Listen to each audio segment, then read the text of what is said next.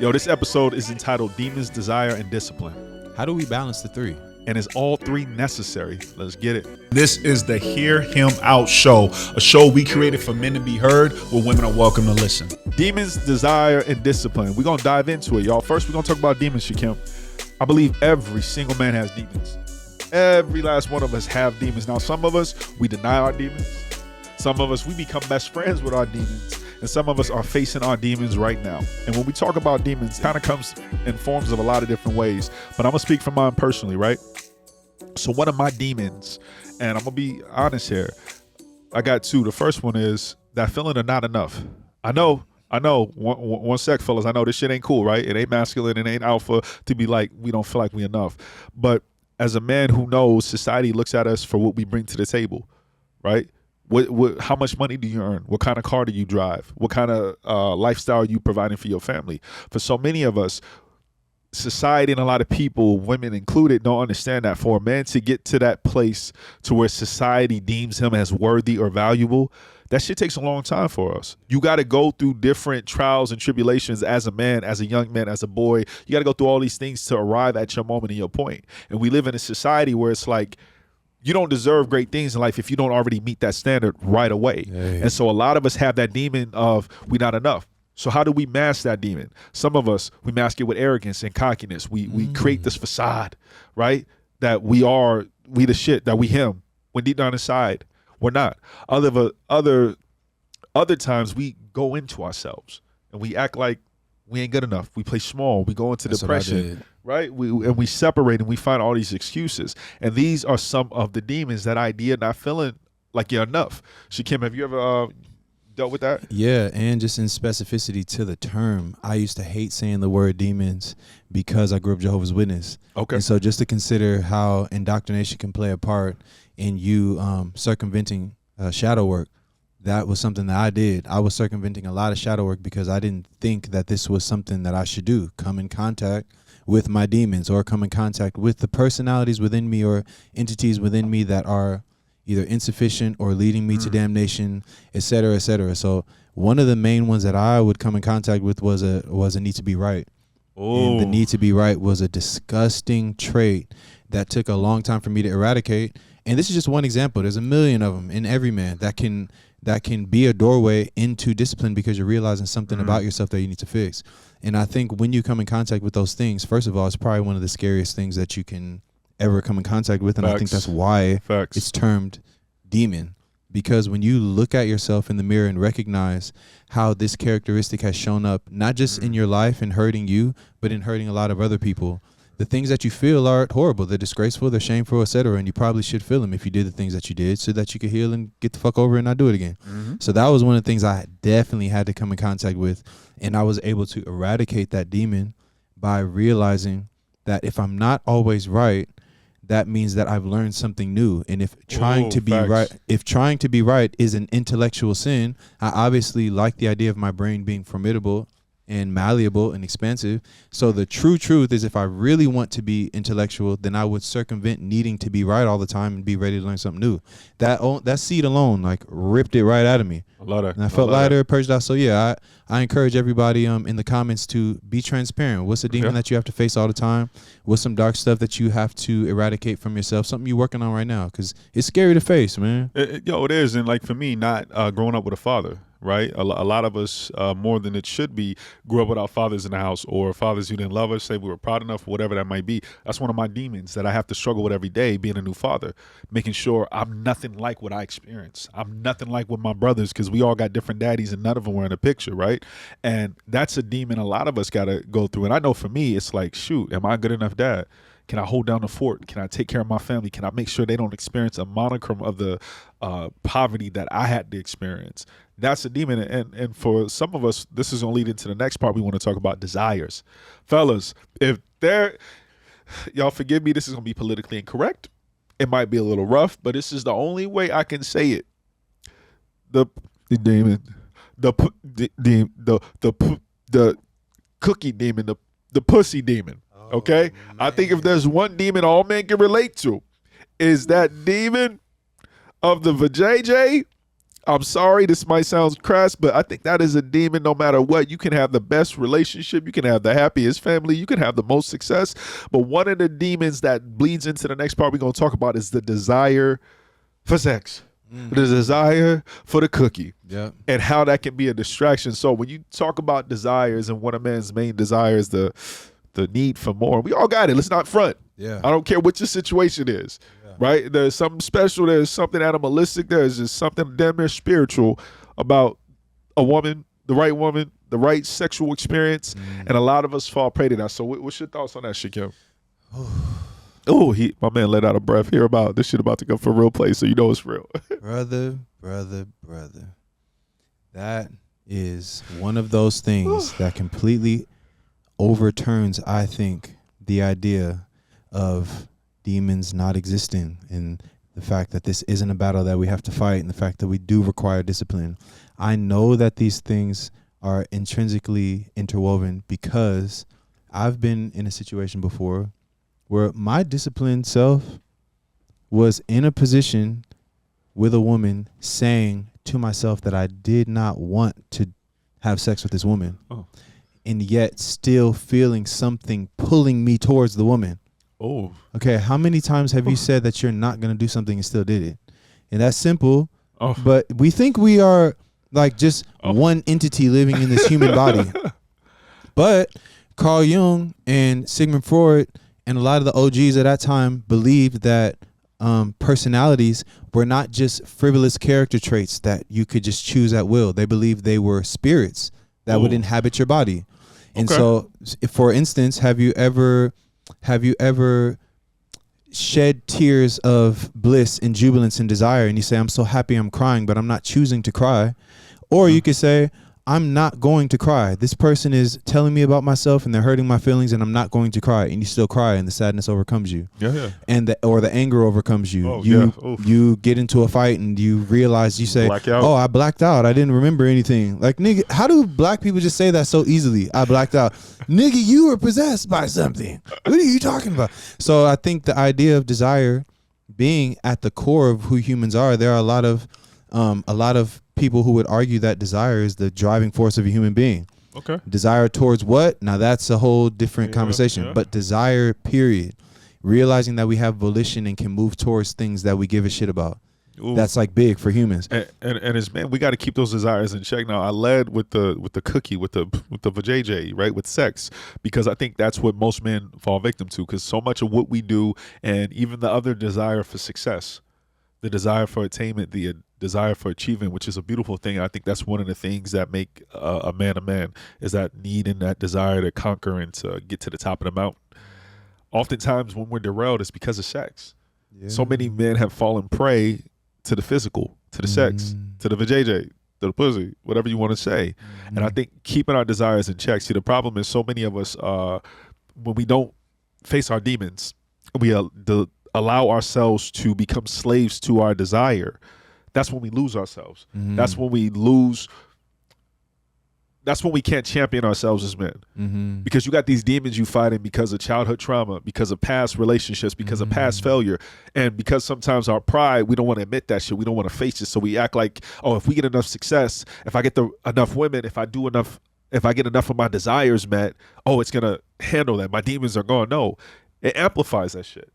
Right? Because your demons are right there whispering, oh, you ain't enough. She ain't enough. This one ain't enough. That ain't enough money. That ain't enough achievement. That ain't enough cars. And then you fall to that disease and more. So as men, it's very important that we learn first, what are your demons? Deal with that. Face with that. And understanding, have your desires in control. Having desires is a beautiful thing. And having discernment over your desires is a godly quality. I was going to say that these demons are literally sitting at a starting line, waiting for you to open up space for them to fucking take off. And I think we assume that it's supposed to be the actual hand of God that comes in and wipes them away off of the front. But really, I really be feeling like sometimes God is up there looking at me like, what you gonna do with that, son? How you gonna get rid of that? That's a close one right there, son. It's a test. How you feel about that one? Yo, it's a test. And y'all know the test, right? For a lot of dudes, y'all know the test, right? You've been running in the streets, you've been ripping and running, you got it out your system. You meet the one who could be the one, or maybe she is the one, and you're like, yo, I'm done with it. I'm done with it. I'm in love. I'm happy. and then one from the past that you had a good time with pops up and sends you a little message and is like, what's up? Ooh, demons popping up. Or a couple in the past that you wanted but you never got, and now all of a sudden they are immensely interested in you now that you're no longer there, and you wanted it at the time. You would have given your left nut for it. Yep.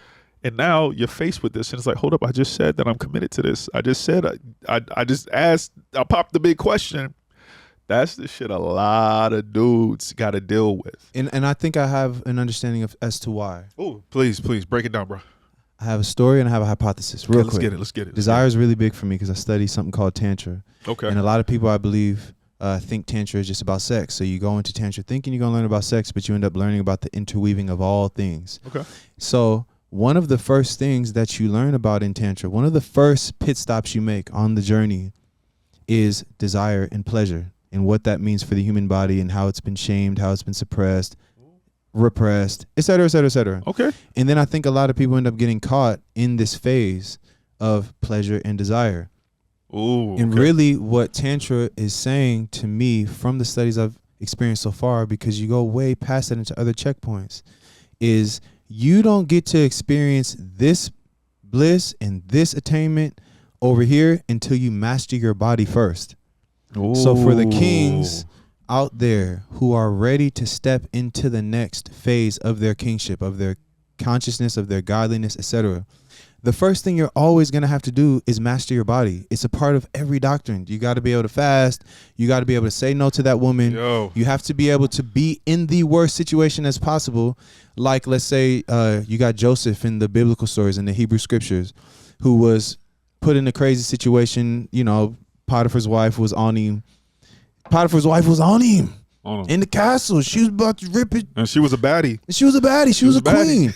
And Joseph literally had to run away physically. I think what we're all attempting to experience here is a level of kingship where we can sit on our throne with the crown on and look back at our past and say, yeah, I deserve this shit. I fucking mastered my body. I mastered my work ethic. I said no when I need to say no. I said yes. I fell short. I forgave myself. I did all these things. Yep. So I have a story. Okay, go ahead. That we can use this to transition into discipline. Okay. I was dating somebody and that person did something to cross a line, to go against our terms and agreements, and technically it was a form of cheating. Okay. So I experienced this. We have a conversation about it to flesh it out. There was a bit of a blurred line, misunderstanding. So I have to work on my forgiveness while just maneuvering through the feelings of it. Okay. The day after we had that conversation, a woman who I was about to date, I was this close to taking out, who was really interested in me. We exchanged numbers. I thought she was pretty cool, et cetera, et cetera. Yeah. But I just let it dissipate because I started dating this person. Okay. I'm at the mall and I feel a tap on my shoulder, a hard one. It wasn't gentle. She didn't say, she said, no, nigga, wake up. I turned around and it's her. While I'm supposed to be forgiving this lady, I haven't seen this lady in months. And I just happened to run into you at the mall. She said, where you been, stranger? Oh, the stranger line. The stranger line. In person. Normally it comes through in text, but you got hit with the in-person stranger line. In-person joint. Her eyelashes were freshly done. Oh, shit. Oh, shit. Hair freshly braided. She's standing with the head tilt, because we as men know what the head tilt means. She said, where you been, stranger? And I could say the whole story, but really it ended up manifesting in what I saw as a test of desire, which is this person pissed you off and you have every reason to entertain this person because they just pissed you off. So how do we master our body in this situation? Because I want the ultimate bliss. Right. I don't know about you. I know what you. Right. We want islands. We want compounds. Everything. We want the success. We want the movies. We want the song. We want it all. And we're not gonna get none of that if we can't fucking say no to this lady. Or you may get all of it and then be damned to ruin. Like that's somebody's story. That's not my story. So I say all that to say that it requires a bit of discernment, self-awareness, and discipline, y'all.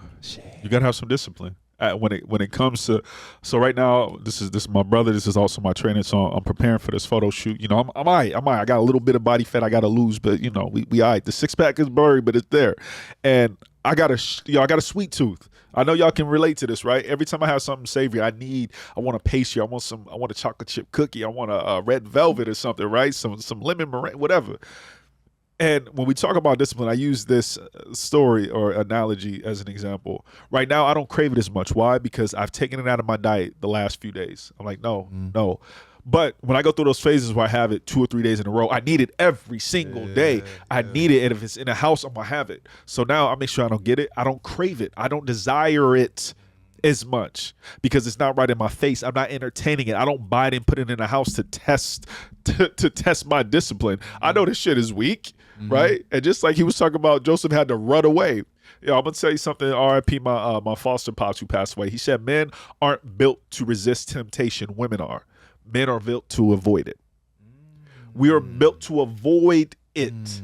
Because it is intrinsic that we want these things, right? So you gotta build up discipline on a day-to-day basis. Now, this ain't an episode about discipline, but just discipline enough to say, are you a man of your word? Can you stay true to your commitment? It's nothing wrong, fellas, kings. It's nothing wrong with looking at it and they throwing it back on you and they tapping you hard on the shoulder. They try to DM you. They try to get in contact. They reaching out from the past to give you some, you know what that rhymes with. There's nothing wrong with that. The problem is entertaining that shit. Not having a discipline to be like acknowledging, yo, I want this, but at what price?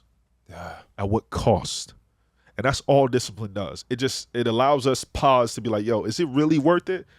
The body wants it. The body wants that body. I want the huck tui. Yeah. The body wants it. Yeah. But my discipline and what I have to lose, it gives me just enough opportunity to pause and be like, yo, this ain't worth it. The terms and agreement, my kids, my marriage, my career, is it really worth this moment of pleasure, of desire? That's what discipline does. It lets you know this shit ain't worth it. So let's get back on it. Let's get back on it. You There's a dude named Jocko Willink, who I'm just manifesting he's gonna be on the show one day. What's he? Navy special Navy SEALs dude, extreme dude. Yeah. Go ahead. Has a real successful podcast now. Has a very dope book. He probably has multiple books, but I read Discipline Equals Freedom. Discipline Equals Freedom. Okay, bet. Marvelous book. So I think something to take away from that we can automatically inculcate here is that sometimes discipline feels like you're putting bars on yourself, like you're putting boundaries on yourself, like you're putting handcuffs on yourself. But really what you're doing is carving out specific things that can be, that will be, that won't be, so that you can create the world that you would like to live in. And once you create that world, you could be free in that world because all of the boundaries are set. All of the walls are set. Facts. And of course it will take upkeep, but the gates are built, the walls are built, you're good to go. Now you can be free and melt into this life because of the discipline that carved out these boundaries. So as a person who, look, I'm a Scorpio. I don't know if y'all know what that means. Look, for example, there was one girl I remember being so attracted to this girl while I was in my last relationship. I was so attracted to this woman that it hurt physically when I saw her. I would feel it in my bones. And I think part of the pain was that I knew I probably wouldn't ever be able to be with her, probably would never cross that line. So it's something that I felt like. It's every now and again, fellas, hear me out here. Ladies, I guess you can hear me out, but fellas, it's for y'all. You ever see somebody so bad, so beautiful, and this is regardless if you're married, relationship, we just talking about in general, so bad, so beautiful, I mean just gorgeous, that it make your face ugly? Make it stanky. When you look at them, you like, damn. Somebody so fine you gotta counterbalance it with ugly. Like nigga, you see her picture, you say, God damn, with the earth tones on and the bamboo. Bruh, in those instances, first off, let's keep it real. Half of us, you ain't gonna have a chance at that anyway. So that's part of the reason why it hurts. Let's keep it one real. But if you all wanted a few, the proud, the whatever, and you the brave, and you have a chance, that's when discipline gotta be all time high. That's when you gotta be like, Joseph, you gotta get the hell out of here. You got to run away. Yeah, because they out there and they exist. Yeah, but you gotta have the discipline and the restraint, because that's what's gonna give it freedom, y'all. And I think there's also, just to say this, fellas, there is a reward. There is a great feeling of mastering yourself, being like, yo, I wanted that. I could have had that. I probably could have got away even if I did have that, but I chose not to. I'm not saying we deserve trophies for doing the right thing. You should just doing the right thing should be a reward in itself. But intrinsically, you should be like, yo, all right, that's growth. Because the old me would have knocked it out. Yes. But the new me, the one with discipline, the one who's conquered their demons, the one who's controlled and not a slave to their desires, it's just like, yo, I know I want it. I'm going to give it that ugly face. I might even sneak one last look. But I'm going to keep moving this way. In Hall Pass, when he said, she's taking the mental pictures. Ching, ching, ching. Like, I know some of y'all like, oh, that's chauvinistic. No, we just keep it in 100. Yeah. We're not going to sit up here as two dudes in happy relationships and act like those thoughts don't come into your mind. Yeah. Like those women don't exist, all right? So with that being said. Wait. Before we close. Okay. Real quick. The thoughts do come into our minds. And I want to just end on a neurological place. Okay, let's do it real quick. There's a place called the AMCC in the brain that seems to show growth and atrophy. It goes up and down, up and down. And what you end up seeing is that the AMCC grows the most in many successful people by doing things that they don't want to do. Whenever you do something that you do not want to do, that betters you in any type of way, that part of the brain grows. And the people who aren't good with discipline, who lack accountability, who lack staying true to their word, this idea of not being able to do things they don't want to do, it's smaller. And so this part of the brain, there's a literal neurological part of the brain that can show maturity in the space of not doing the things, doing the things that you don't want to do, but that you know you need to do. You get up and run that mile. You eradicate that girl's pictures from your phone. That was big for my homeboy. Yep. He's stepping into a new version of himself, and he deleted the folder that had all the videos of old women. Sometimes we got to do these things. So I say all that to say, if we're attempting to evolve physically, neurologically, soulfully, and spiritually, we got to be able to really attack discipline straight on like this. Yeah, and that's the move, y'all. So before we get up out of here, we like to do something here where we like to clear the space. We like to leave you, the listener, the viewer, in a better place than you were when you got here. We also like to leave the physical space. Now, Shakim, how we gonna do that? I brought my Curacao shells today. I brought the shells so that we could shake away all unnecessary demons, all unnecessary desires. We could curate that discipline. I love these things. Thank you, Miss Judith, for my beautiful shells. Let's get it.